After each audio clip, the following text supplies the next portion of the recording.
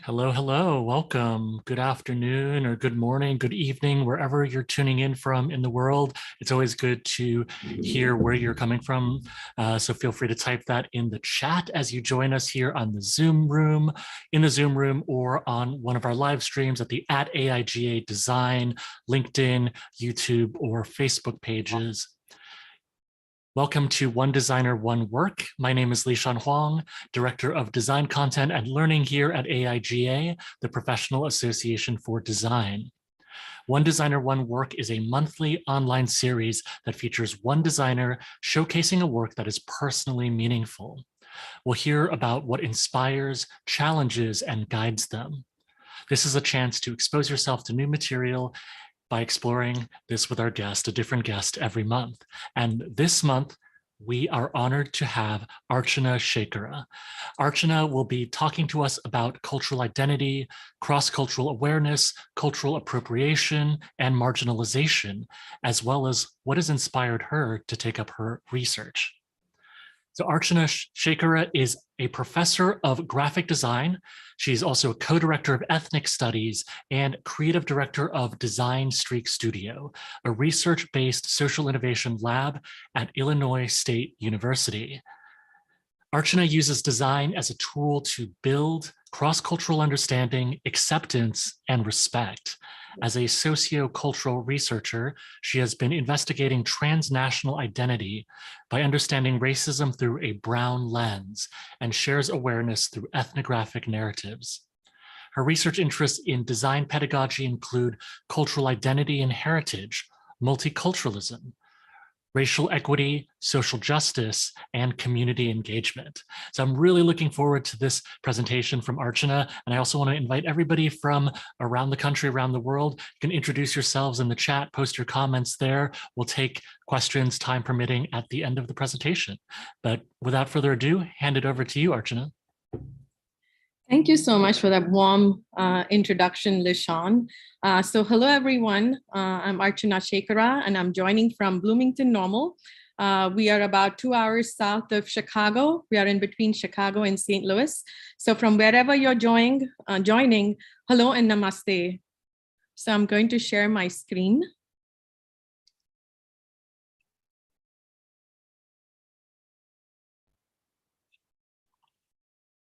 So I'm assuming everybody can see my screen. Yes, we can. Thank you, Lishan. So again, thank you, AIGA, for inviting me to share my possible moments of deeper reflective, self-reflective thoughts about design and life, inspirations and challenges that guides me to do research in cultural identity, cross-cultural awareness, cultural appropriation, and marginalization, so I can be a better designer, educator, friend, and mother. I'm truly grateful for this honor. As designers and typographers, while watching the film Helvetica, we are excited to see Maximo Vignelli draw letter forms and nod with agreement when he says, "We think typography is black and white. Typography is really white. It is the space between the blacks that really makes it. In a sense, it's like music. It's not the notes, it's the space between the notes that makes the music." The white or negative space, as it's called in English, brings energy, dynamism, and vitality to the page, which are all positive attributes to create a successful design composition. Quarter or half notes in music provides intentional pauses to breathe and prepare for what comes next. Without the silence, it will be a bunch of notes sounding chaotic and breathless. Silence makes us hear, observe, and breathe. It's not a void or vacuum. Life is still happening around us. There is no inaction, no equilibrium. There is movement in space, and we can feel alive when we are silent.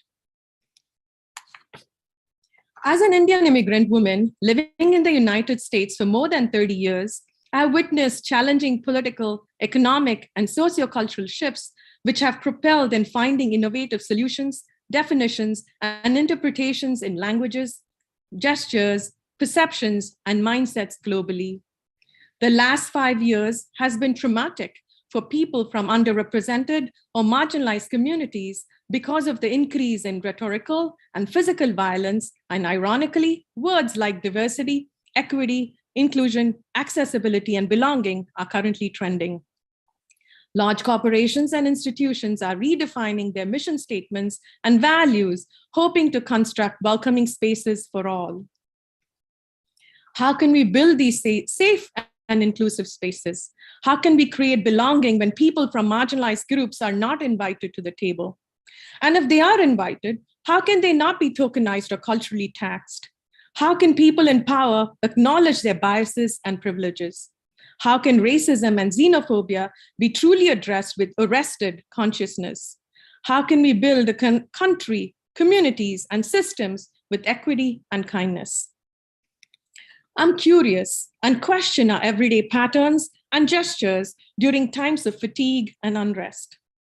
Guru Patanjali's Yoga Sutra, Virama Pratyaya Abhyasa Purva Samskara Shesha Anyaya, invocates a deep reflective pause to re-nourish our bodies and mind.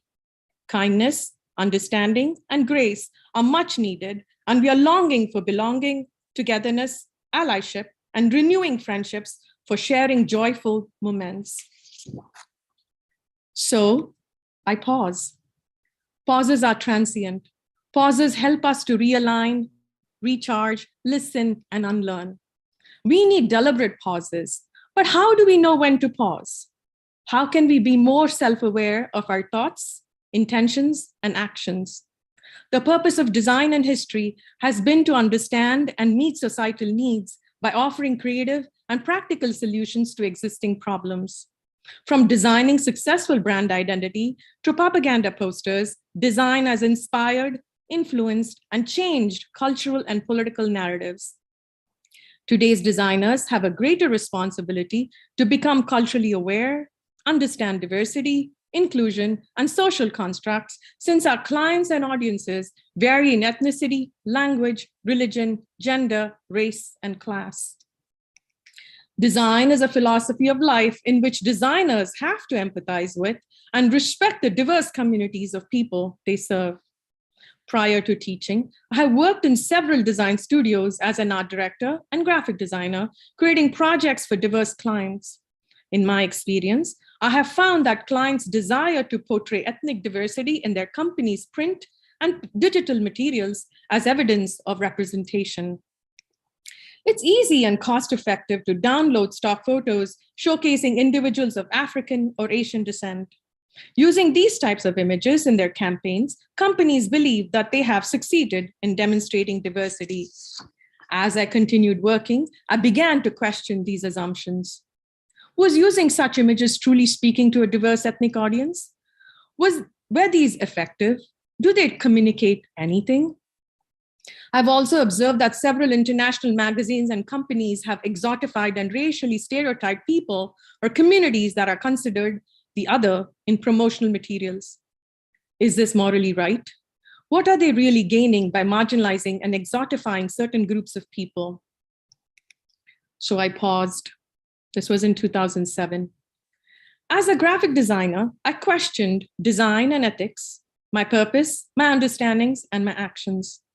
As a bicultural individual and a person of color, I had witnessed the increasing influence of Asian culture and art in Western society. Its socioculture was influenced by the Eastern way of life in terms of food, home decor, and Eastern practice of wellness, as in Tai Chi, yoga, and meditation. Living in a small town in the Midwest, we can sample various cultural cuisines. Food often is what brings us together socially. It is usually the first level of digesting another culture. In home decor, we can see the sculptural objects of happy Buddha faces or the meditating Buddha and bamboo plants in people's homes. When a customer buys these types of objects, what does it really mean? Are they appreciating that culture or simply the superficial nature of the artifact to make their homes look eclectic and contemporary? Mary Yoka Brannon, professor of international business at San Jose State University, asserts that the world as a global village is an expression used so often that the phrase itself has become a cliche. Most of us take for granted much of the outcome of globalization. We navigate our lives daily through a panoply of cultural choices, such as which nation's food to eat, what foreign film to watch, or what country's fashion to wear. Most of us even quite comfortably intermix foreign words in our daily vocabulary, like when we say something analogous to, it's a Zen sort of a thing. We do not pause and think that food, films, clothes, or words might have a deeper meaning in its original culture.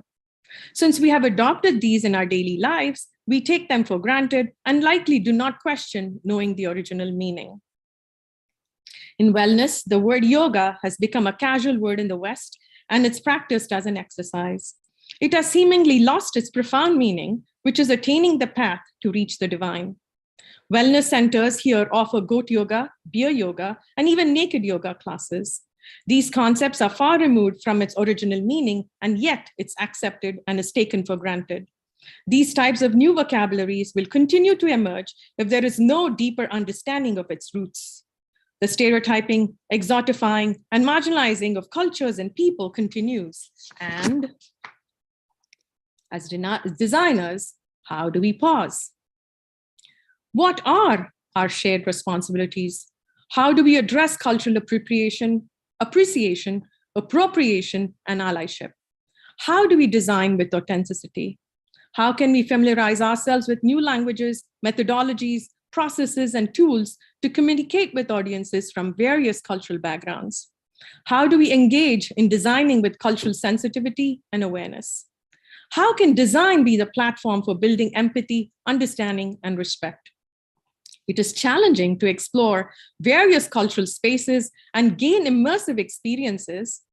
But in order to appreciate other cultural identities, we have to first familiarize ourselves with our own cultural identity, our behaviors, beliefs, values, and norms. When we are aware of our cultural histories, traditions, practices, and accept our intersecting identities, then we can begin to understand, appreciate, and respect similarities and differences with other cultures. I have been engaging in conducting research in cultural identity and design since 15 years and collaborated with various sociologists, anthropologists, historians, and community organizations that focus on social justice issues.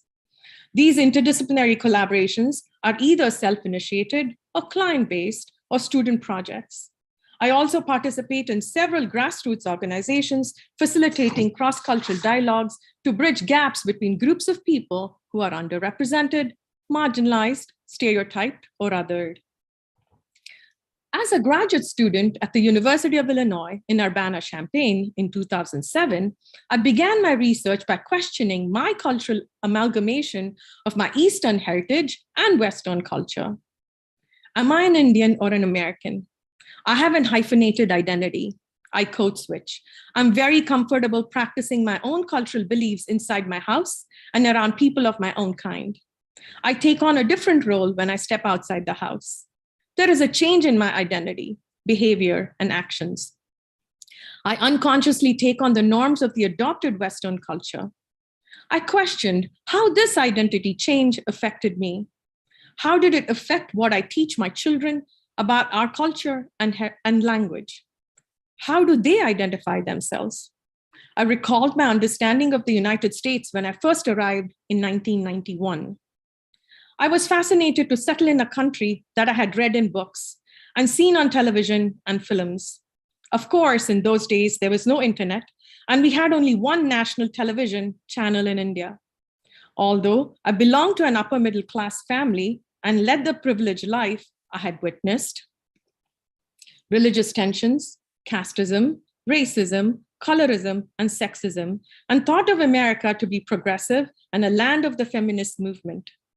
Indian textbooks in high school did not talk much about racism, biases, and segregation in the United States. However, I had witnessed Hollywood criminalizing Blacks, stereotyping Middle Easterners as terrorists, and portraying Indians as exotic or uncultured.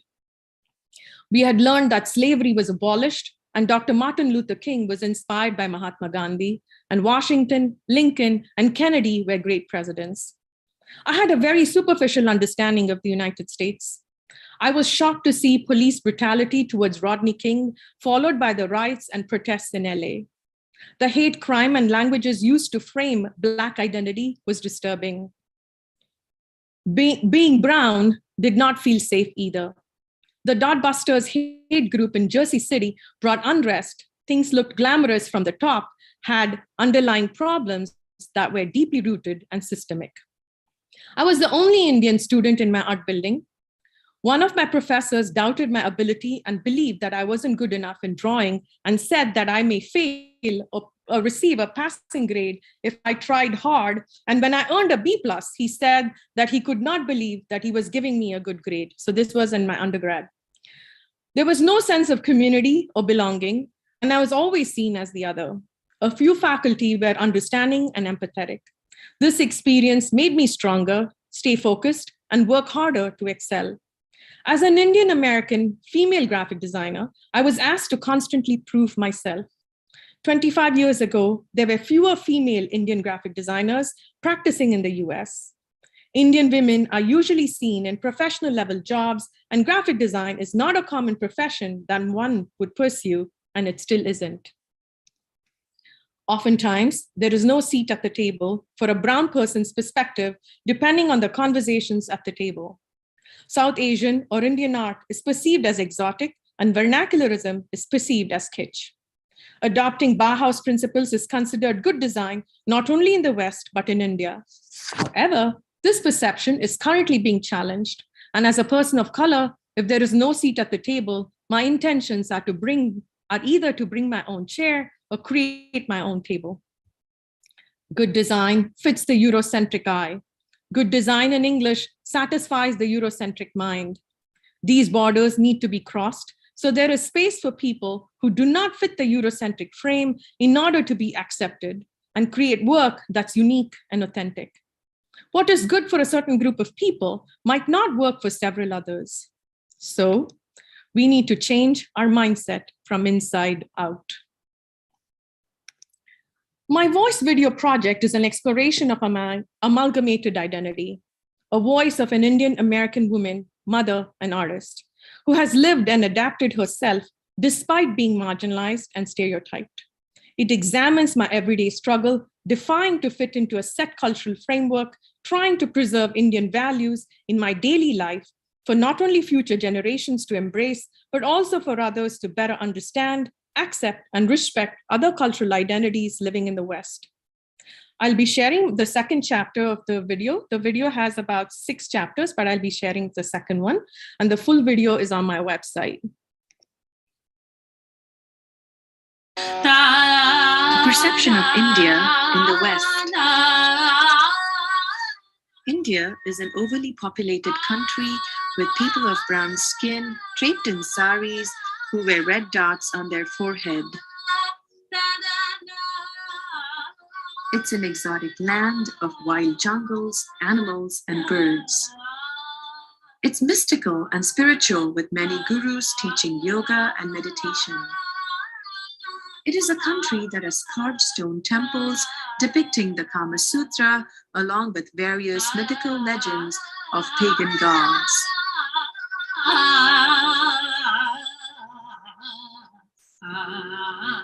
But how is India truly defined?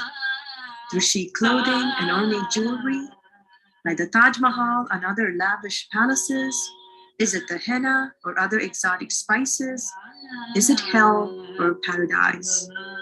What is Indian culture really?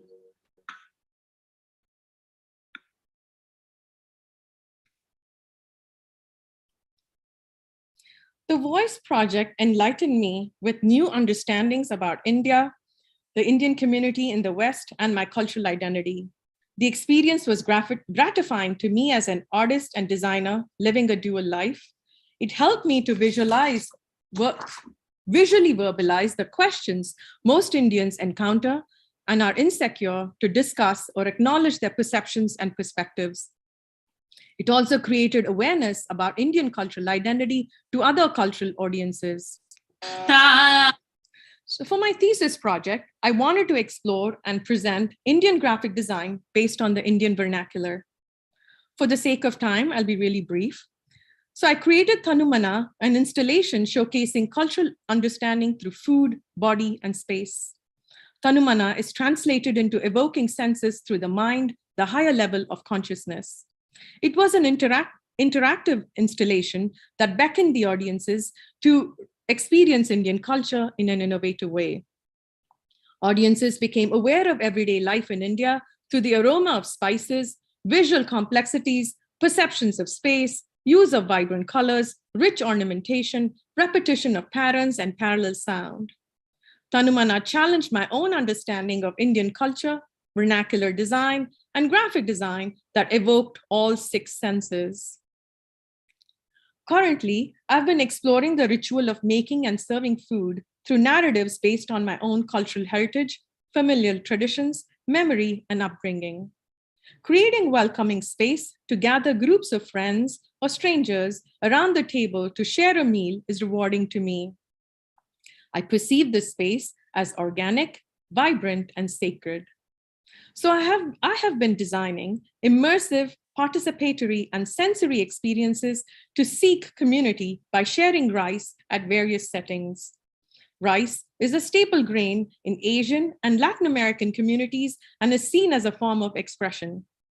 Many cultures use raw rice and cooked rice in numerous ways, as in food, rituals, worship, charity, and blessings. In South Indian homes, rice is a symbol of abundance and auspiciousness. Anna, or rice, in a broader sense means food. At Design and Curry in 2021, I cooked and served 4 Indian rice dishes, which explored cultural influences and amalgamation of cuisines through conquest, socioeconomic disparities, healing, and spiritual attributions of rice. The interactive experience generated conversations about home and transnational identity. I was inspired to deeply unearth one rice dish and hence created Polished, Unpolished, mixed and emerging media installation for the deeply rooted exhibition at Women's Made Gallery in Chicago, and evolving graphic design exhibition at the University of Wisconsin in Madison. The lush slopes and rectangular paddy fields showcases diverse landscapes, division of labor, land, and borders. The social practice design work invited general public to eat ganji, a simple rice gruel prepared by me using unpolished rice. The dish was used as a metaphor to address sociocultural stigmas about race, colorism, and economic disparities, and generated unexplored conversations with audiences. My upcoming project, The 10 Ways of Rice, is an exploration of Asian cultures. It is a response to see how the Asian community is grouped, simplified, and mostly unseen. However, most Asian cuisines are pronounced, accepted, and enjoyed. The paradoxical perceptions of visible and invisible, model minority, and xenophobia questions the dominant cultural understanding of Asian identity and practices. I reached out to 9 Asian academics to collaborate in the experience design project, which will take place at Japan House at the University of Illinois in Urbana-Champaign this fall. I have been observing my thinking and speech in multiple languages at the same time. Kannada is my native language, but the colonial language English binds me together with my Indian and non-Indian communities. I have been creating experimental typography using Kannada and Latin letter forms to denote and unravel new meaning, and it's been gratifying. I started the Deepavali card project in 2018. The project celebrates my bicultural identity, my Kanglish, that's Kannada and English, and Sanskrit mantras from various Upanishads, that's sacred text, which are spiritual aphorisms promoting peace and harmony. This project has been my desire to hold on to my cultural history and language for future generations to embrace. I was invited for a group exhibition titled Borders at Illinois Wesleyan University's Merwin Galleries. It was a call to visually respond to interviews of children who were held at US immigration facilities at the US-Mexican border. As an immigrant who arrived to the United States with privilege, I empathize with the Latino community. Although today's media tries to portray Latino identity with positive role models, Latino Americans still suffer from the effects of racial stereotyping and biases. Colonial dreams questioned the American middle-class dream of a house with white picket fence. Immigrants arrived to the United States with the hope that they can thrive in a country that was built on immigrant labor. The participatory mixed media installation asked audiences to respond to the celebration of having arrived while commemorating their existence and struggles of immigrants who are detained, caged, and stripped of their dignity. As an educator, I incorporate one project focusing on cultural identity in every graphic design course. I teach in a predominantly white institution, and it's tough at times because students seek validation from people who do not look and speak like them. As a graduate student at the University of Illinois in Urbana-Champaign in 2007, I studied Ikebana, Japanese flower arrangement, and Chado, Japanese tea ceremony, under Professor Emerita Kimiko Gunji, director of Japan House. As our teaching assistant in Chado, I was tasked to clean the tatami mats before class. The mats always look clean. I saw no dust, no soil, since we walked with socks or Japanese house slippers. It was customary to leave our shoes outside the door, and I was familiar with this practice since I follow similar custom at home. Initially, cleaning the mats felt like a chore. But as the semester progressed, I began to feel the pause to reflect inward. This action became peaceful and relaxing. Ma, in Japanese aesthetics, is defined as time-space interval. These moments were impermanent as everything else, but it prepared me. I noticed that sensei's students came from various academic disciplines and were predominantly white. Before she introduced Japanese art, she familiarized students with Japanese history, religion, and way of life. Having the chance to learn and understand the roots of his culture, students were then able to appreciate intricate art forms like Ikebana and Chado. These classes help students to learn about space, dimension, line, color, sound, and simplicity, as well as the 4 principles of tea: harmony, respect, purity, and tranquility. I'll be sharing a couple student projects from my graphic design course, since I'm a graphic design educator as well. So the Food for Thought project familiarizes students about their cultural heritage, home, and familial traditions. Students conducted deeper research about one dish from their ancestral country of origin and traced the food's history, ingredients, and relevance. Students created information design posters and video of their cooking the dish, and a few students brought their dish to share. Prior to COVID-19, students and I cooked Indian food at a prep kitchen, and students had to write a self-reflection about how immersive experience helped them to understand another culture. Designing Authenticity, Shanghai Normal. Our university has a partnership with Shanghai Normal University, and Chinese students will join our classes during their 3rd year. This partnership is a wonderful opportunity for students from both countries to learn, connect, interact, and collaborate. But how can we prepare our Midwestern American students to embrace students from China, their accent, language, and cultural norms? How do we address stereotyping and marginalization of both American and Chinese cultures? I had the privilege to teach typography and special topics in design at both universities.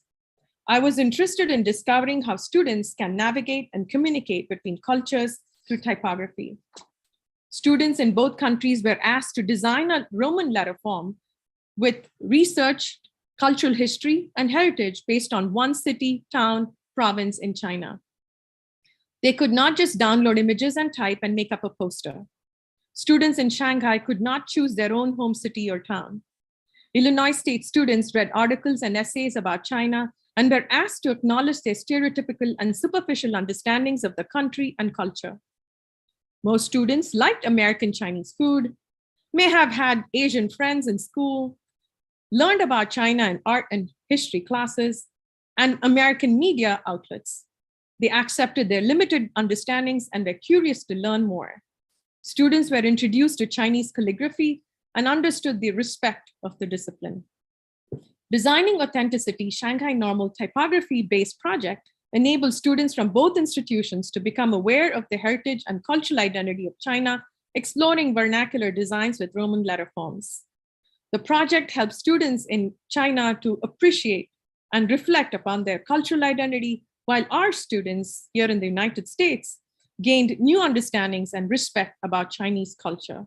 So I organized an exhibition and the exhibition was shared and I got a chance to speak. I was invited to as a speaker in front of the Chinese Consul General of Chicago when he was invited to Illinois State University. Our president hosted a luncheon for him, and I was invited to share my teaching and also this exhibition. As a creative and art director of Design Street Studio, a senior graphic design capstone course at Illinois State University, the studio is a social innovation research lab which facilitates an immersive interdisciplinary environment, promoting student engagement and service learning.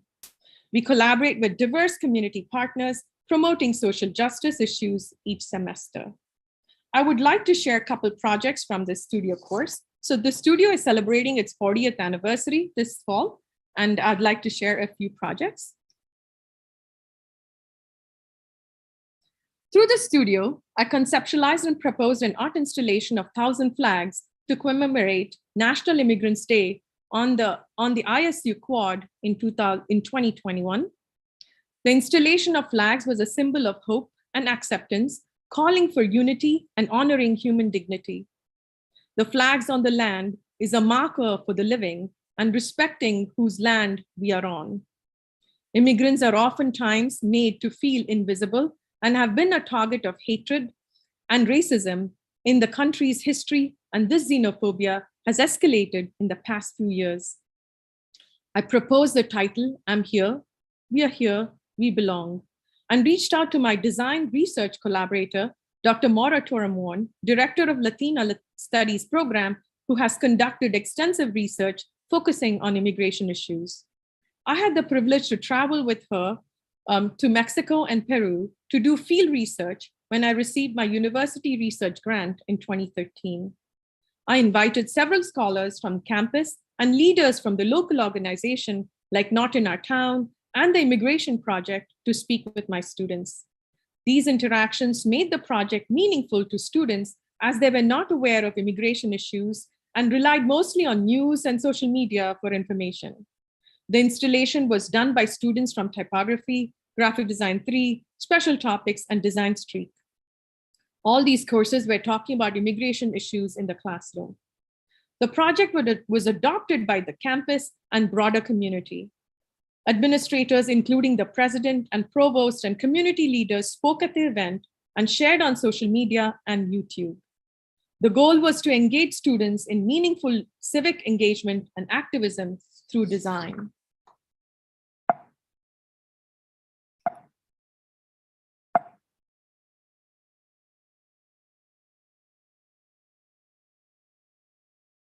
Sorry. Labyrinth Project is a program initiative adopted by the local YWCA. It's a social entrepreneurship project which empowers women who are working to rebuild their lives after incarceration, selling hand-poured soy candles to become self-sufficient. This project received Google Impact Award of $75,000 to support initial material cost. Students and I visited Labyrinth and met with women and various volunteers who were involved in the project. Engaging in conversations helped us to better understand the project's deep meaning and intentions. The studio proposed ways to humanize and connect with consumers by sharing unique stories of Labyrinth women. We needed to be mindful of cost, consider the ease of assembling raw materials, and create simple templates so the women of Labyrinth can take over the project and follow the project's brand guidelines. The project was a 5 series of candles for each season: spring, summer, autumn, and winter, and a specialty candle called Serenity. Since the women of Labyrinth were pouring candles by hand, the design team decided to incorporate botanical style illustrations and chose vibrant colors with metaphorical meaning, honoring the women for their perseverance and dedication. The last project I'll be sharing is Breaking Bread lecture series hosted by the McLean County Museum of History. It's an award-winning project, and it's a 10-part program designed to explore stories of migration, immigration, adaptation, appropriation, preservation, and sustentation in McLean County. Several community organizations like Be and Welcoming, Not in Our Town, West Bloomington Revitalization Project came together during the summer of 2020 to host migrant community history, treatment, and growth in McLean County. Since I was on the planning committee, I proposed that we present the series through food. The lecture series were hosted virtually due to the pandemic and reached a wider audience. Breaking Bread acknowledged and celebrated diverse cultures by promoting deep understanding and appreciation. It gave us a glimpse into people's homes, lives, their kitchen, and stories.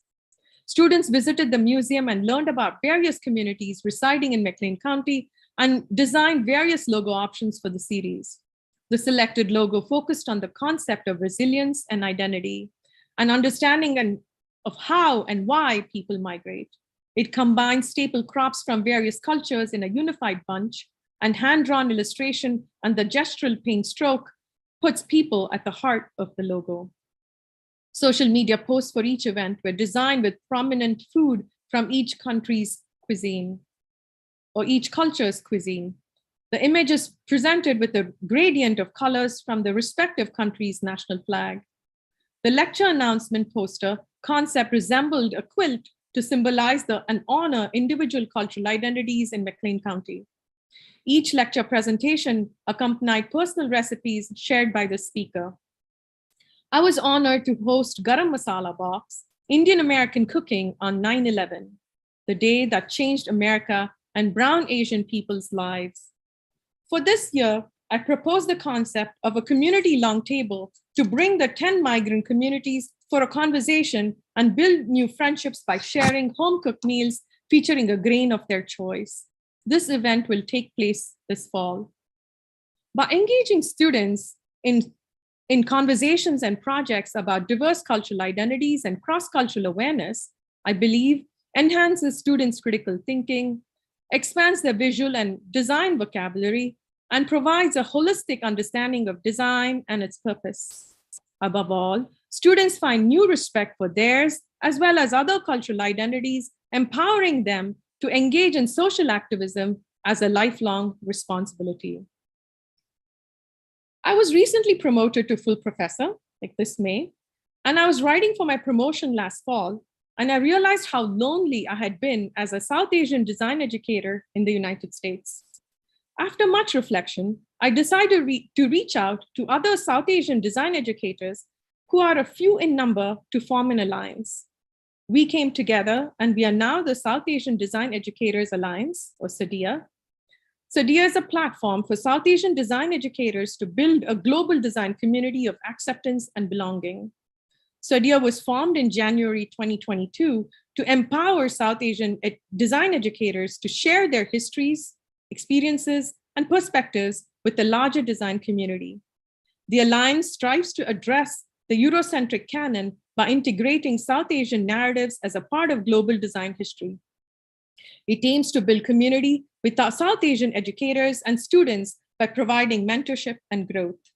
SADEA seeks allyship from the design community, and membership is open to all who support South Asian cultural heritage, identity, and narratives.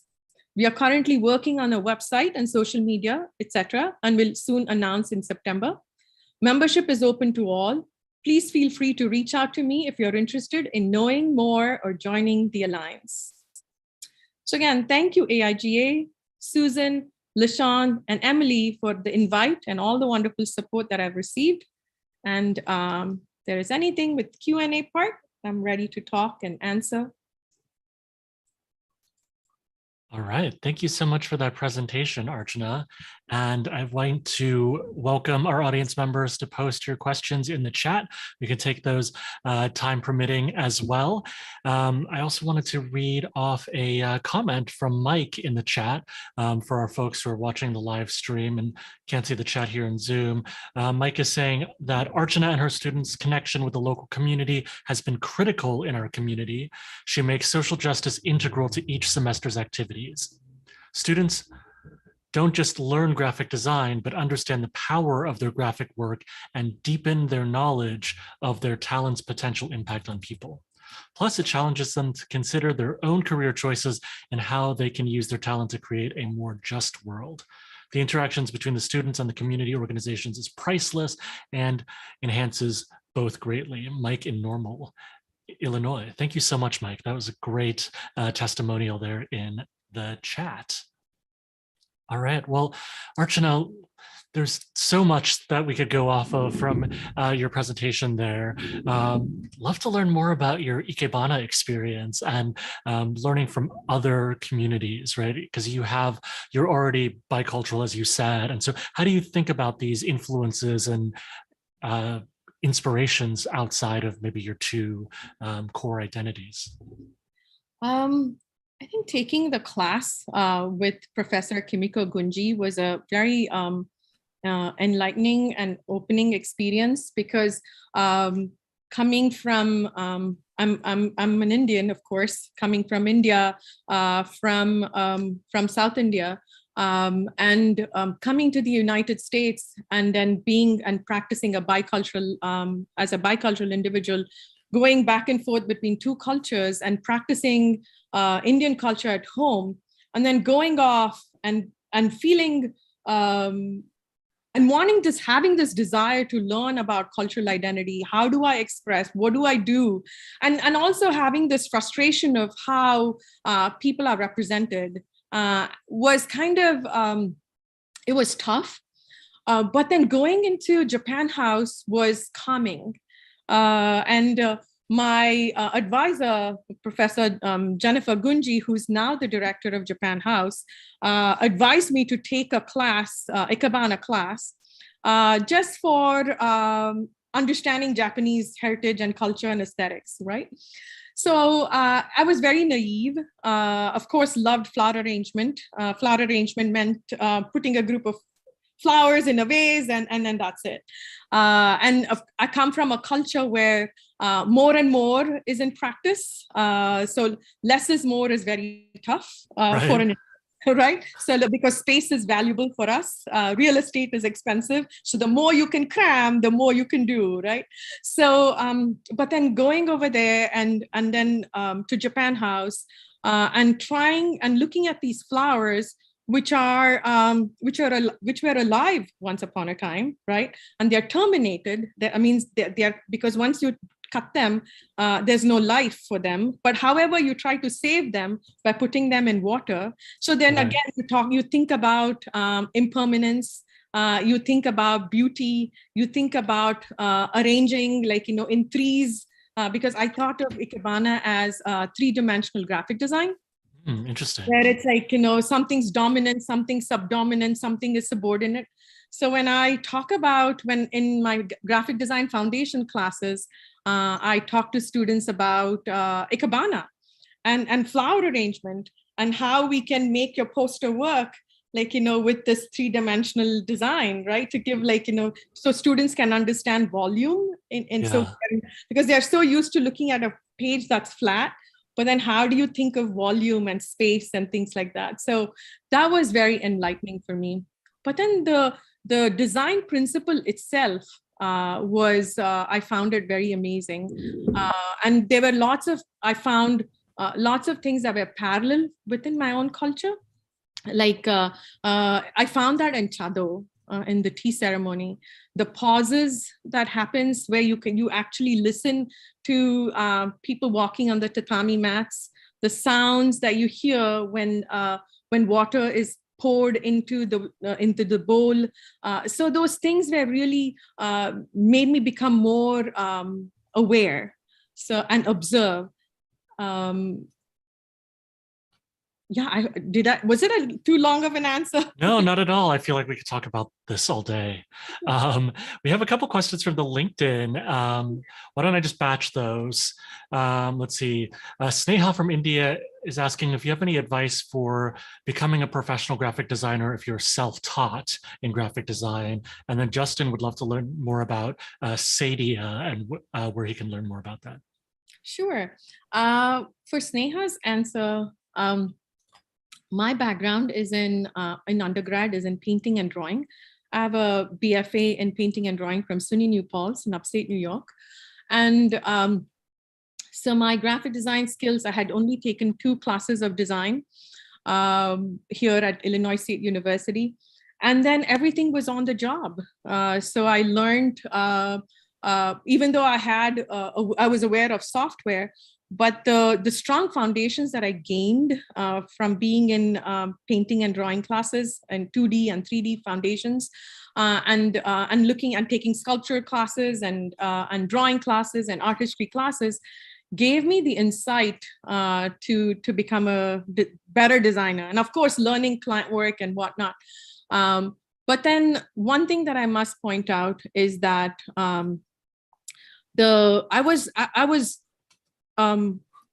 was very much into art history. I took a lot of art history classes. And what actually brought me to design is I was a type nerd, loved Theo van Doesburg's work and Kurt Schwitter's work. And so just looking at type itself made me so I thought it was super cool.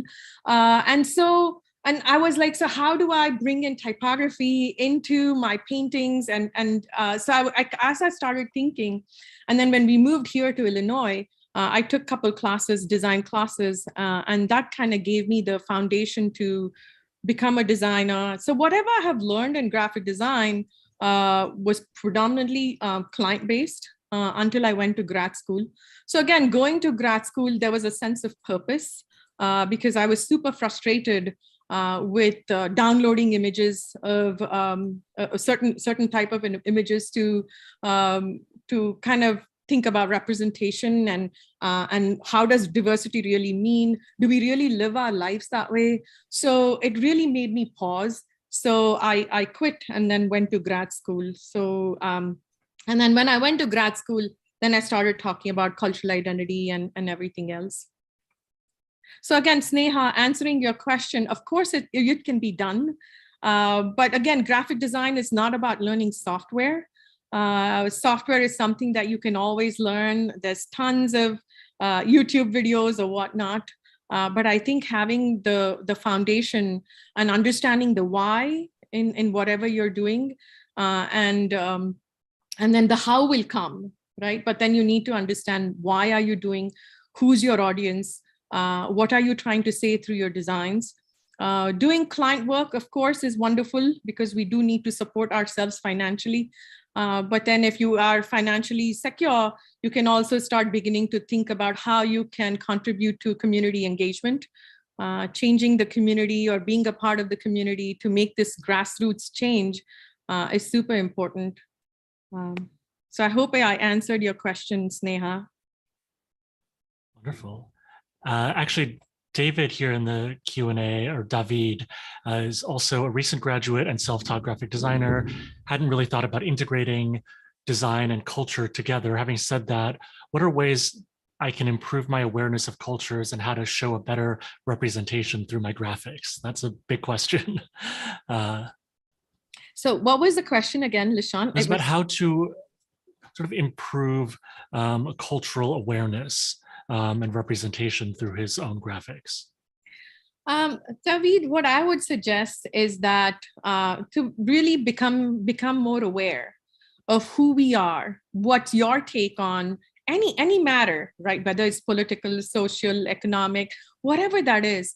If you pause and become more aware of what your thoughts are, what I have realized is that to write. I write a lot. And writing does not have to be perfect. and grammatically correct. The writing is for you. So a stream of unconscious writing really helps. And then that's what helps you to understand who you are as a designer, what you bring to the table. And then also read. So I think reading, going out, meeting people, and sometimes it can be uncomfortable because sometimes you might feel like that cultural space is not inviting for you. And it's okay to feel vulnerable. It's okay to feel lost at times, because I have been there as well. But then take it with a grain of salt and believe in yourself and still do it. And it's okay to feel uncomfortable at times where people are not giving you a seat at the table, but really understand who you are as a designer. I think the pause really helps you to understand who you are as a designer. And then what are you doing in terms of cultural appropriation or appreciation, and look at your own designs and be like, how do I make it better? So reading and talking and having conversations and participating with people who don't look like us, right? So really getting involved in that we kind of call as underrepresented or minority communities, and really going out of our way to be allies would really help us to define, and what that learning somehow will show up in your design as well. Unconsciously, it'll come into your design. Awesome. And then, sorry, I wanted to get back to Justin's question, which I guess we can wrap up with more information about Sadia, and then we can wrap it up from there. Sure. So Sadia just started. We just started. I mean, I gathered a group of South Asian educators last November and started our conversation.